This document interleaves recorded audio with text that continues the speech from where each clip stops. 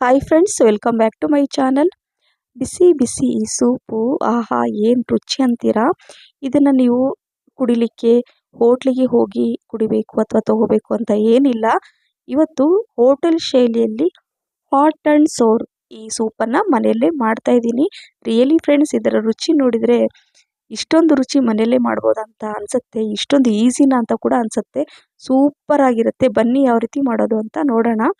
ಇಲ್ಲಿ ನಾನು ಕೆಲವೊಂದು ತರಕಾರಿಗಳನ್ನು ಕಟ್ ಮಾಡಿ ಇಟ್ಕೊಳ್ತಾ ಇದ್ದೀನಿ. ಇದು ಕ್ಯಾಬೇಜು.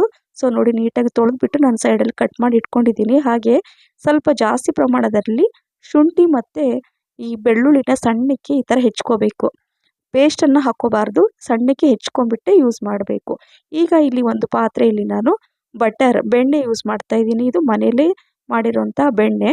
ಸಣ್ಣಕ್ಕೆ ಹೆಚ್ಚಿಟ್ಕೊಂಡಿದ್ನಲ್ವ ಬೆಳ್ಳುಳ್ಳಿ, ಶುಂಠಿ, ಹಸಿ ಶುಂಠಿ ಹಾಕ್ಕೊಂಡು ಒಂದು 30 ಸೆಕೆಂಡ್ ಈ ಥರ ಆ ಬೆಣ್ಣೆಯಲ್ಲಿ ಸ್ವಲ್ಪ ಫ್ರೈ ಮಾಡ್ಕೋಬೇಕು.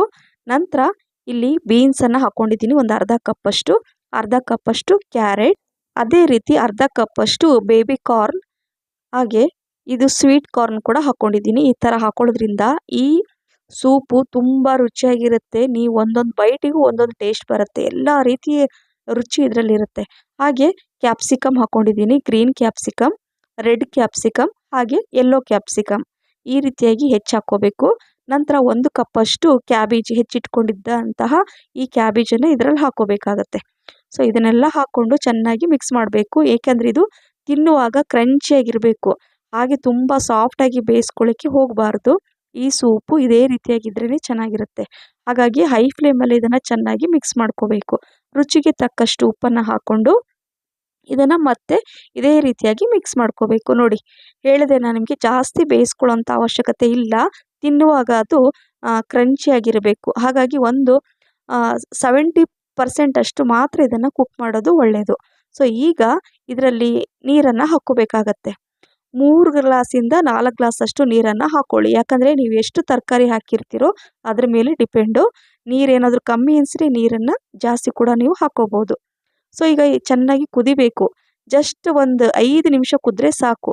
2 ರಿಂದ 3 ಹಸಿಮೆಣಸಿನ್ಕಾಯಿ, ಗ್ರೀನ್ ಚಿಲ್ಲಿ, ಹಾಗೆ 1 ಟೀ ಸ್ಪೂನಷ್ಟು ಪೆಪ್ಪರ್ ಪೌಡರ್, ಕರಿಮೆಣಸಿನ ಪುಡಿನ ಹಾಕ್ಕೊಳ್ಳೇಬೇಕು, ಸ್ಕಿಪ್ ಮಾಡಬೇಡಿ.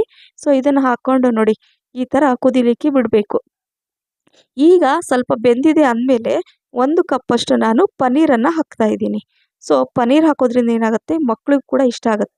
ಸೊ ಹಾಗಾಗಿ ಈ ಸೂಪು ಎಲ್ಲರಿಗೂ ಇಷ್ಟ ಆಗುತ್ತೆ. ಎಲ್ಲರ ಫೇವ್ರೇಟ್ ಸೂಪ್ ಆಗೇ ಆಗುತ್ತೆ ಖಂಡಿತವಾಗ್ಲೂ. ಈಗ 3 ಟೀ ಸ್ಪೂನಷ್ಟು ಕಾರ್ನ್ ಫ್ಲೋರನ್ನು ಹಾಕ್ತಾ ಇದ್ದೀನಿ. ಹಾಕ್ಕೊಂಡು ಸ್ವಲ್ಪ ನೀರು ಹಾಕ್ಕೊಂಡು ಗಂಟಿಲ್ಲದೆ ರೀತಿಯಲ್ಲಿ ಇದನ್ನು ಕಲಿಸ್ಕೋಬೇಕಾಗತ್ತೆ.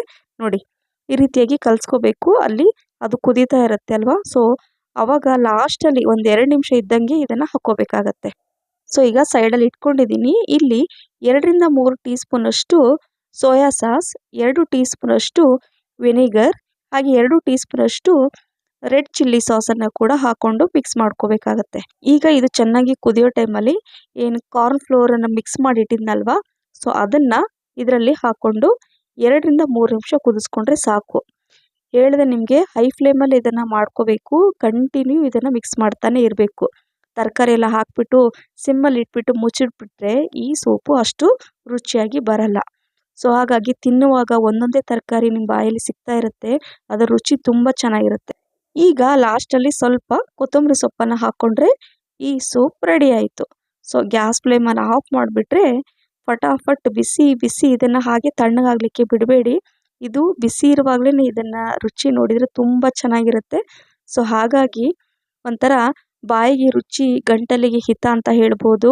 ತುಂಬ ರುಚಿಯಾದಂಥ ಅದ್ಭುತವಾದ ಒಂದು ರೆಸಿಪಿ ಅಂತ ಹೇಳ್ಬೋದು ಫ್ರೆಂಡ್ಸ್.